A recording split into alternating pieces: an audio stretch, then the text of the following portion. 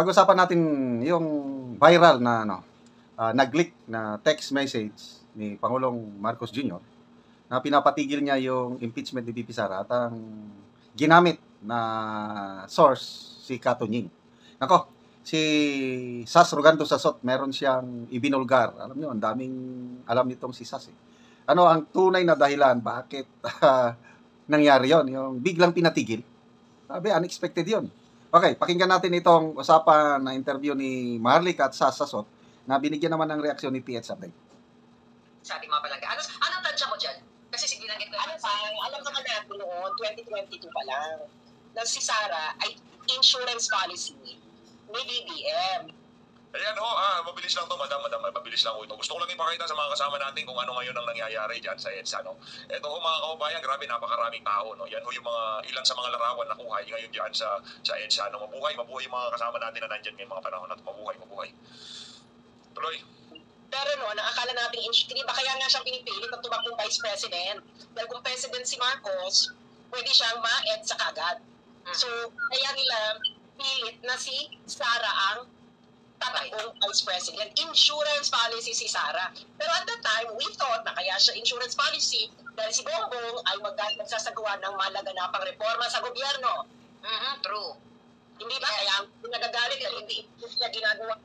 Yan, kasama tayo doon, naniwala, umasa na bayan babangon muli. Kaya todo suporta tayo sa kandidatura ni Bongbong Marcos Jr.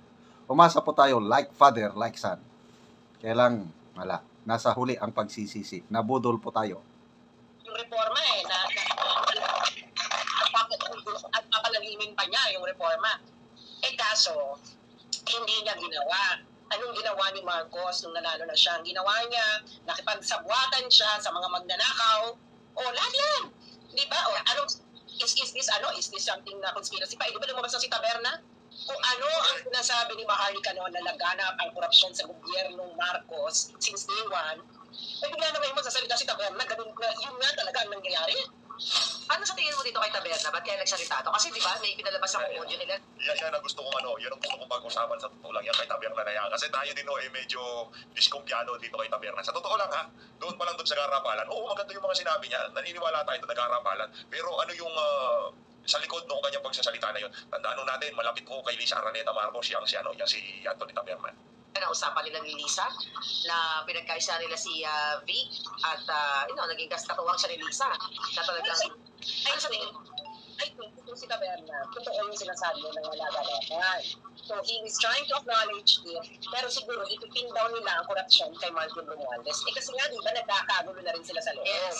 Kasi, So, ang galing Bakit biglang nagsalita si Taberna ng talamak, garapalang korupsyon sa Marcos administration? Nako, kung totoo itong sinasabi ni Sas na ang sisisihin nila ay si Martin, patay, kambata ka.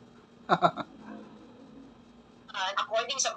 Naku po, kasi nagtatanong na din yung ating mga kababayan, no? Kasi magtatatlong taon na administrasyon, walang mga flagship project, puro ayuda, kahit sinong magiging Paul Guy kung sakaling mag-init ang sambayanan.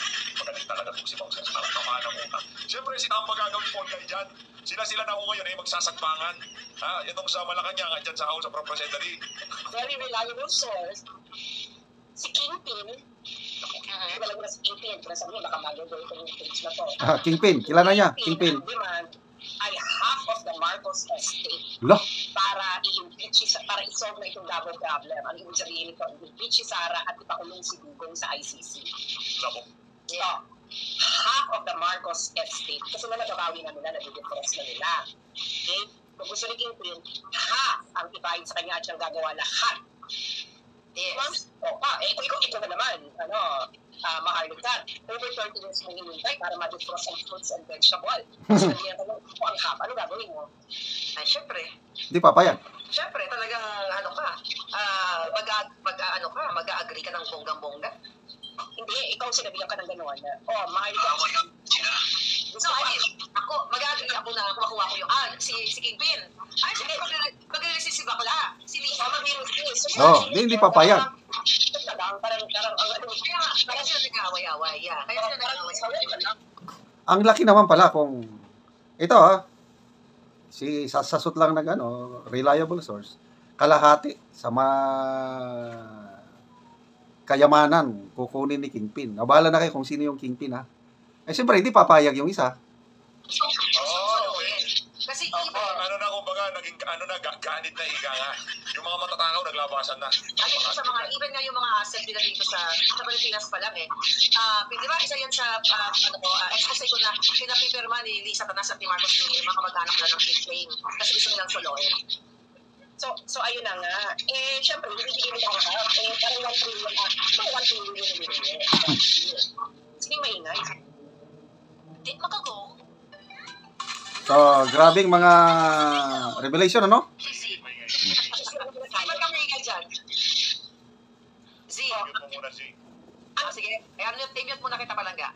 Okay. Ano ngayon ang basa ko dito kay Taberna? Siguro, kasi di ba, kung papakinggan yung mabuti ang statement ni Taberna, sabi niya, garapan ang korupsyon sa ilalim ng pamahalaan ni Bongbong Marcos. Pero sabi niya, yung commission daw ng mga senador at congressman. So parang, tapos bigla niyang hinimok na si Bongbong Marcos daw dapat may gawin, otherwise, tinotolerate niya. So, anong focus doon? Yung Senado at Kongreso. So, baka si Tambi ang ilalaglag. Kasi siya nga, di ba, siya nga ang parang pinikita nila na dahil kay Tambi, nanuloka ngayon ng administration. Magkakasapot naman yung lahat. So, si Kingpin, pero nagme-make sense yung mga sinasabi nitong si Ma'am Sas Rugando Sason. Based sa mga development ngayon sa House of Representatives dyan sa Malacanang, mahusay ko talaga. Palakpakan muna natin itong si isa sa pinakamagandang vlogger sa kasaysayan ng Forever. Palakpakan mo natin. nandun din siya. Nakakamkam na siya ng bonggang-bongga O di aalis na lang siya, di ba? Bahala na kayo dyan, di ba? Pero, ang pagkakamali ni Taberna, inumpisahan niya yung statement niya sa ilalim ng pamahalaan ni Bongbong Marcos. Sa admission, natotoo lahat ang sinabi ni Maharlika. Hindi natin. Ikaw kasi since day one ka pa hindi ba? So, galit lahat ng vlogger dito kasi ni Maharlika sinasabi nila. Hindi lang nabigyan ng presyo kaya nag-iiyak. Tapos dahan-dahan yung mga sinasabi niya, parang meron siyang bolang krustal. Hindi yung pinagkakataon. So, yan po, mga kaibigan, bahala na kayong mag-evaluate sa pahayag. Opinion niya ni Sasasot na may mga malalim silang agenda. Bakit nagsalita si Katonyi ng garapalang korupsyon, tapos mamaya biglang nag-leak yung text message na dapat private. May nag-message sa akin na kaibigan ko, subscriber. Sabi niya, palabas lang nila yan, sir. Sinadya daw, galing sa Malacanang, sinadya na ibigay kay Katonying yung message na yon, tapos palabasin kasi may ibang plano. At ito na, ibinulgar na ni Sasasot na ang pinupuntirya nila ay para masira ang speaker. So, bantayan natin anong mangyayari sa susunod. Susundin ba ng Kongreso yung kahilingan ng Pangulo na wag nang ituloy ang impeachment or itutuloy pa rin? Malalaman natin yan sa mga susunod na araw.